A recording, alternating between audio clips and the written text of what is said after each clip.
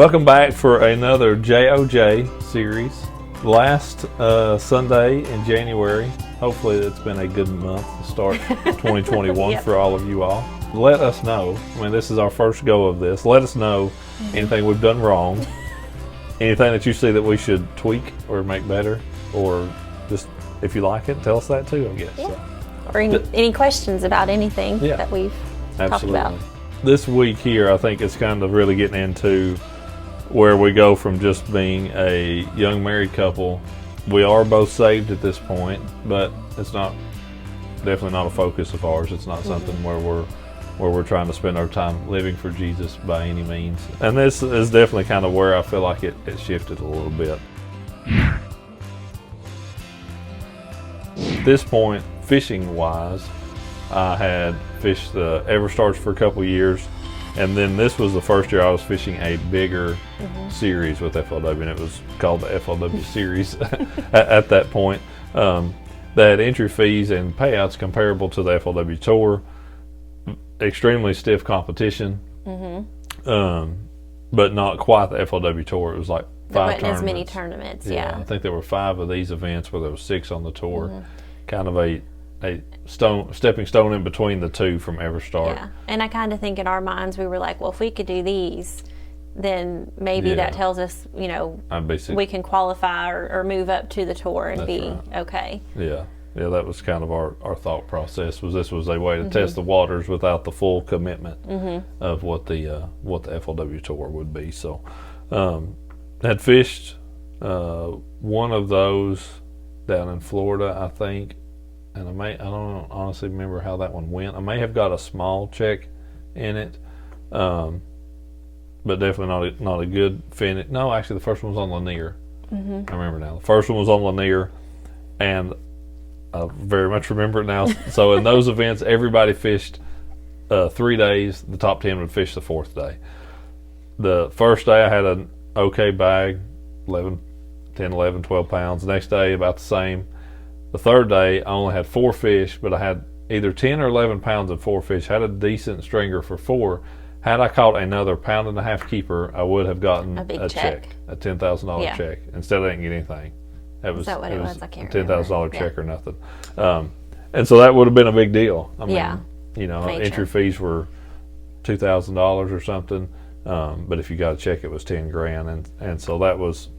That's just one of those things that always stick out to me because Little did we know in our career that would happen a lot. Yeah, a lot of 1 ounces. 1 ounce or first one out of the top 10. Yeah, but yeah, those ones where you don't catch a limit and then you miss a check because of one fish, those always pain me because I always pride myself, and then it's because of those events that have happened where I really pride myself on being able to catch a limit, on a 5-fish event like that. But yeah, that was those events. Well, I think that was the first one.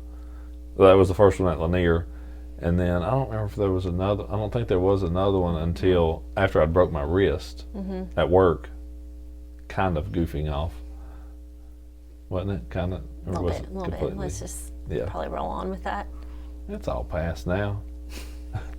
I was working for the trucking company, working on the dock, and we'd get these shipping. I mean, it was tractor trailer trucks, and it was a muffler place that down in like Loudoun County, and they would use these big airbags, like as big as this countertop, to hold freight in place. And they were a cardboard like paper on the outside, lined with a very heavy plastic bag on the inside. They'd put them in the truck, air them up to hold the freight in place to keep it from shifting around while they were driving. And I thought it would be a really cool thing. Well, now he had already called and said he was off, or you were getting ready to be off work. Yeah, he had called and he was like, I'll be 15 leaving, soon. So I'm just, and I can remember because I was working outside that day, landscaping or something. And so, I'm expecting him to be home, and I realized, because I was mulching or something, and I was like, man, Ott should be here by now. And so I go and get my phone, and we'll have all these missed calls, and they're from his boss, and I'm like, oh gosh, something bad must have really happened. And so by the time I get back to him, he's like, I'm taking him to the walk-in clinic. I think he broke his wrist. And I'm like, okay, well, just tell me where you're at. And I call Ott's dad, And so I pick up his dad, which just down the driveway. And I was like, let's, we'll go get Ott. And so he's like, okay. So at this time, I have no idea. Yeah. He could have tripped, fell. I mean, it's an open dock, He just knows I'm hurt. I just know that he's probably broke his wrist. Yeah. So we get there, and I don't remember even when. I think it was at some point in that conversation with his boss that he informs me of what he did. And I'm just like, really? Of all things. Of all, like, you didn't, like, back up and trip over a pallet didn't run the forklift off the dock. I mean, you seriously thought you could jump on this bag. This bag that is rated for like 1,500 PSI. Something. I thought it was like 2,500. It might have been. Regardless. Big, giant pillow-like bag. I thought, if I jump on this thing, it's going to make a biggest pop. It's going to be awesome. It's going to echo all the way across the dock. The pop was my wrist, my left wrist, when I hit the ground, catching myself. He's lucky he didn't break both. Yeah, because I hit that thing with both feet. They go forward, I go backwards, land on my wrist. Yeah, left one popped. The thing. So now I'm kind of like I'm not so worried anymore. I'm a little bit angry. Yeah, no sympathy at this point. And this was like late April, maybe somewhere in that time frame, early May 2006. Is when that was. Yeah, and we've committed to these tournaments, and I'm like, that's your casting arm. Like, just all these things are going through my mind of. Yep. What have you done? So then he had to have surgery that night. Yeah, had that surgery, had 3 pins put in it. All that physical therapy. Obviously, it's good, healed. So I had the next FLW series was on Lake Cumberland in Kentucky. I actually should have been leaving in like 2 or 3 days for it to go start practice, I think. But of course, swelling and everything in my wrist, like they put a plaster cast on, or just a plaster cast on it till the swelling went down. Then they could pull that one off to put a fiberglass cast on. So I only ended up getting 1 day of practice, where I should have gotten 4, I think, for that event. But ended up going up there fishing that one. Stayed with some friends that I'd met, and they let us. Actually, Jennie went with me to be able to, because I couldn't take a shower. So he said he was there for several days before I got there and managed to shower fine. So in that moment, he was on his own. Yeah, from there on I was, but no sympathy left. No, but and then that event, I did terrible the first day, and so I've always fished with a bait caster, left-handed. I'd cast left-handed reel, right-handed. Spinning rod, I would cast my left, or cast my right reel with my left. But what was funny, the 2 guys I fished with the most growing up, Jason Nichols and Travis Anderson, they both used left-hand retrieve bait casters. So they both let me borrow like 4 or 5 reels each to be able to fish that tournament with. So that was, those guys, because I knew I wouldn't need them forever. I just needed to borrow them for a couple tournaments to get through. And those guys let me borrow some. But at this point, we had been trying actually to have a child at that point. We kind of had this. I mean, I was, like I said, when I was young. I mean, I being a wife and a mom, like, game. Like, I'll have as many babies as I can have. No question, no thought, until Ott was like, well, I think we should have a baby. And then it freaked me out because, like the reality of it. But for him, because his parents, or his dad mostly, was older, he had the mindset of, well, I kind of want to be younger because, like you said in one of our earlier videos, it's just harder when you're older, as far as, keeping up with kids and stuff. So his mindset was, well, let's do this while we're young.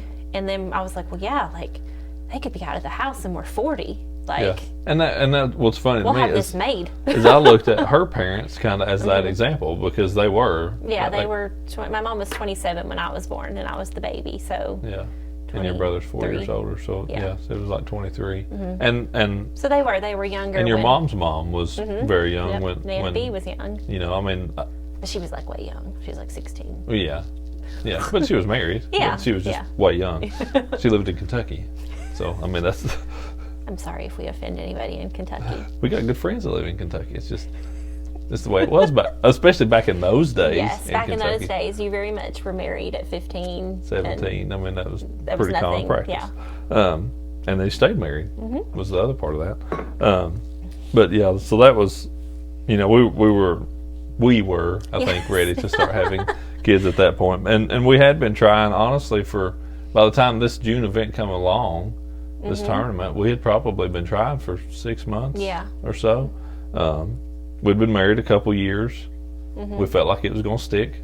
Maybe, it's fine. Yeah, we felt like we were, that it was going to work out. So we'd been trying, and just no success. I mean, we're both young. Yeah, we thought I think we just kind of had that mindset of, surely we can't mess this up. Right. Yeah, we want to have a kid we want our child to be born in the fall. Let's go ahead and we'll. Yeah, that was the main thing, is we were trying to make sure we had an off-season baby.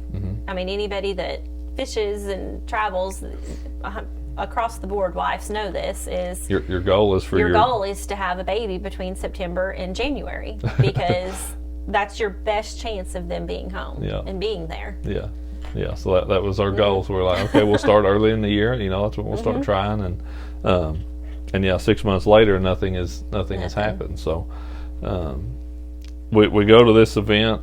I don't feel like we were discouraged in this I moment. don't think we were. No, I don't think surprised. We were. Yeah, just kind of surprised at this point. We go to this particular FLW series on Old Hickory, and I don't know if I'd ever even been to a Focus meeting before. So I feel like we had been. It seemed like we had been to one or two maybe, but at a lot of the FLW events, Glenn Chapelier is who led the Focus meetings there, as the Fellowship of Christian Angler Society, and similar to what we do now, actually, with what Mark Rose does with Fishing Church, as he calls it. But it was just it was some way to get together at those events, and those typically took place at the tournament meeting, didn't they? Or after, yeah. It was but they had like pizza and stuff. Yeah, it was at the meeting, but after it. So you'd have go to your tournament briefing, and then you'd say after, and there might be 10, there might be 50 people, stay for those, and a lot of them would just be the guys that were fishing, but if their families were with them, they would be there. And what we had grew fishing with FLW at that point in time, the tournament director was a guy that I really looked up to and really liked, and he was actually going to be speaking at that one. I want to say when I come through the registration line, he was telling everybody, said, hey, and certainly shared it during the meeting, said, hey, if you want to stay after for the Focus meeting, I'm going to be sharing. And so that was what got us to stay, was Chris actually mentioning that. Chris. So that was really what got us to stay for that particular Focus meeting. And in a lot of ways, that really, I don't remember do you remember what his message? Yep. You do? I don't. Okay, good. I'm glad you do. I mean, he just kind of shared his testimony, but he shared about being in college and being the, not living for Jesus, and meeting his wife at the time, and how her focus was Jesus, and how she kind of led him, to change his life. But he talked about specifically about how they prayed together, and how like every night, like that was their focus, is they would pray together as a couple. And so I just remember kind of sitting there being like, we don't ever pray together, ever. Yeah, never. We've I don't know that we ever married, have. been married for going on 3 years at this point. And so I mean that was like the biggest thing. I can remember him just talking about their relationship, and how they had their own individual, but then having their relationship with the Lord as a couple. And so like we left, and it was when we were driving back, I was like, oh, we don't ever pray together. Like that was really cool what Chris talked about. Yeah. I was like, I want to have that kind of marriage. Like, and obviously we both agreed on that. And so I mean, it was just kind of from then it wasn't a steady every single night. It may have been for the first few, but we started to intentionally started to pray together. Yeah. And so I think that, when your heart and minds have changed that focus, then it changed us as a couple to where we started slowly maybe, putting other things over here that we really shouldn't be focused on and doing, and start focusing more on our walk together. Yeah. And so that's kind of where I think things between us and our marriage. Not that we had a bad marriage by any means. Problems or No, yeah. I mean, I think it's funny because you can, watch stuff, and of course, just being in this world. And I tell our kids all the time, I'm like, there's never been a moment. I may have been really mad. I mean, that's, yeah. On a weekly basis? Yes. Or No, not a weekly basis. this morning? No. Well, maybe. I won't remind you right now, then. No, don't. But, like, I've never had the thought of, I don't want to be married to him. Like, divorce has never been, I've never been so mad that I think my life would be better without him there. I mean, I might not want to speak to him for a few days. But Yeah, she might clean everything in the house, and I certainly Exactly. echo that. There's never been a moment where it's like, what have I done? Why am I here? How did I get here? Sorry. Obviously, those moments have never ever. I mean, how No. could they possibly cross my Ever. mind? I don't know.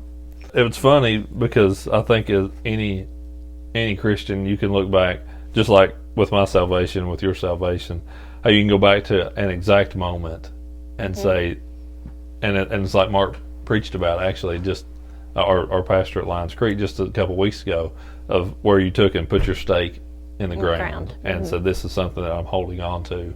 This is a part of who I am. And those were definitely moments in my life back there when I was saved. For you, the same, but then this in particular for us and for where we have grown to as a couple, that meeting at that tournament on that day with Chris Jones speaking at that focus meeting was something that we really put our stake in the ground on and said, this is something that's going to change who we are. Yeah.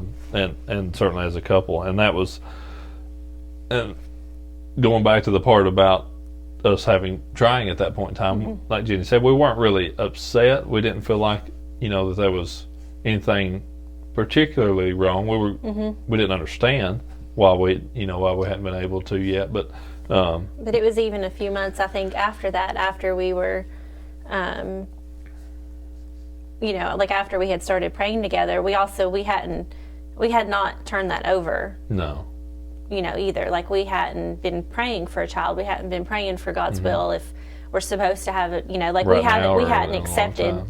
or turned any of that over. And I can remember the conversation of us being like, I don't know, maybe we're just not, maybe we can't have kids. Maybe there's something wrong with me or you or both of us or, I'm actually going to look something up real quick because if I remember right, what's going to be funny is that I swear that event was the first week of June. Was it?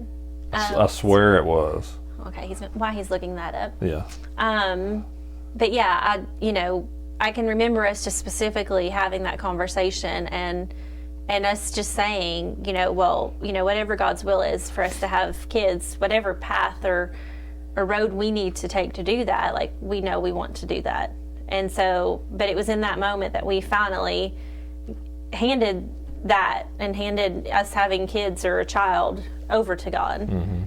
And it wasn't but a month or two after that I actually did end up getting pregnant with Abby.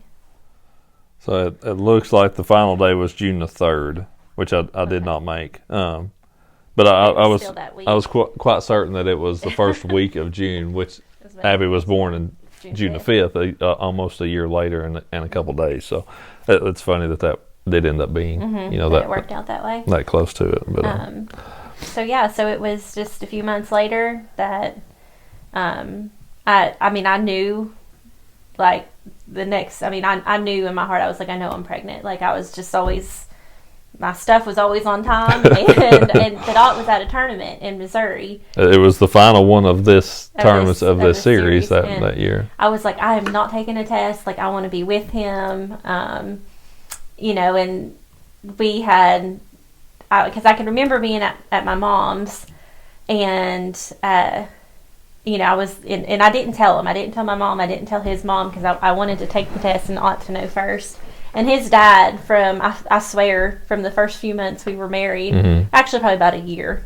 About a year. About a year after we were married. Once he was okay that we were married, he would always ask me, because he wanted a grandbaby, and so he would always be like, "Are you pregnant? Are you pregnant?" No, he'd say, "Jennie Lou." Yeah, he would say, "Jennie Lou, you got anything you want to tell me?" And so I always would tell him, I'd be like, "Papa, I promise you, when I'm pregnant, I will like write it on my forehead with a sticky note. Like, I promise. Yeah. You'll be one of the first to know."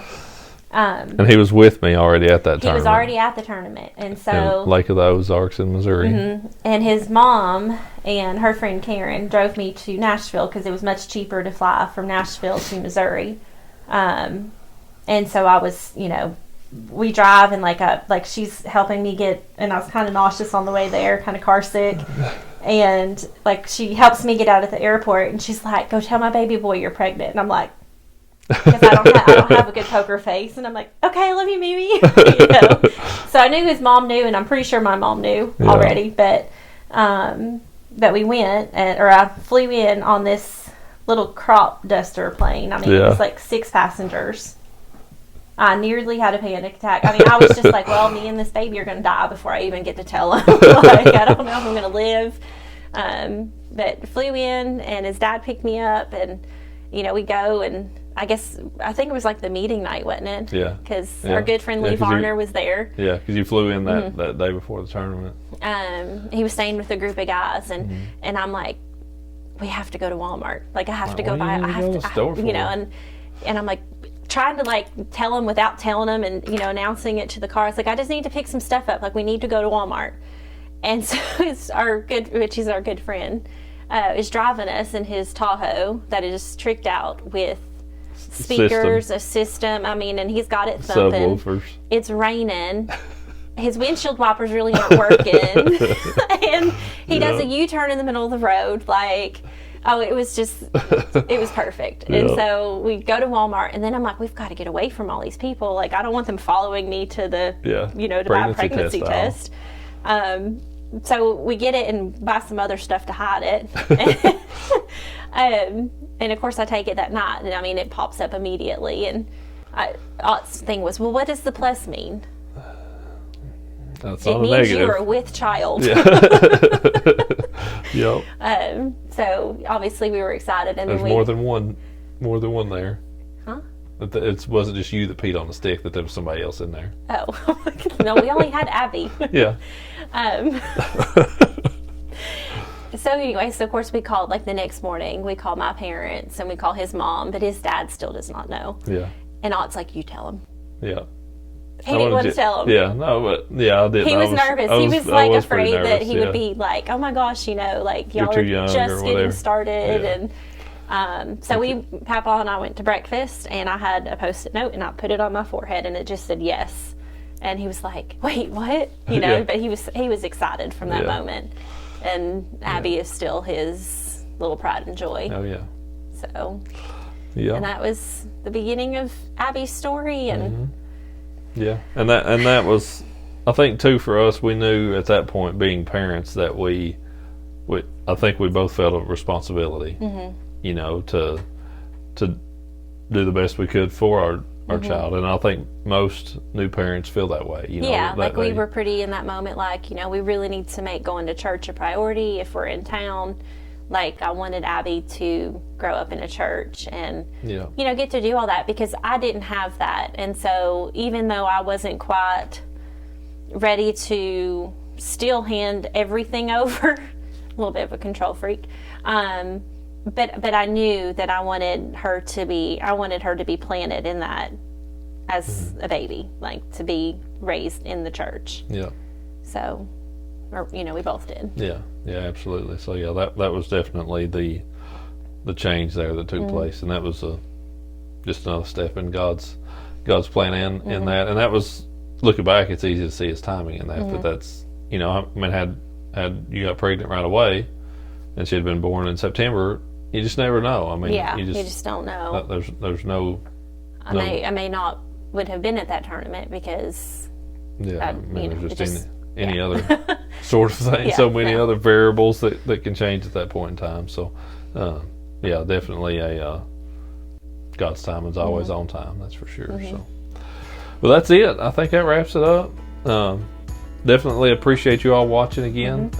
Next Sunday we'll be live. Yep. feel free to, I'll do some posts of if you have questions, or we kind of want the live to be a little more focused on, interacting with you all, and, if you have questions or things you want to ask us. And then as we go into February, we'll keep going with our story with Abby getting here, and then the changes and trials that come with that. So So next Sunday we'll be live on Facebook and Instagram. Yep. So catch that there, and then we'll post it here on YouTube as well. Yeah. So that's pretty much that. Yep. So thanks again for watching, and we looking forward to the next one. Yep.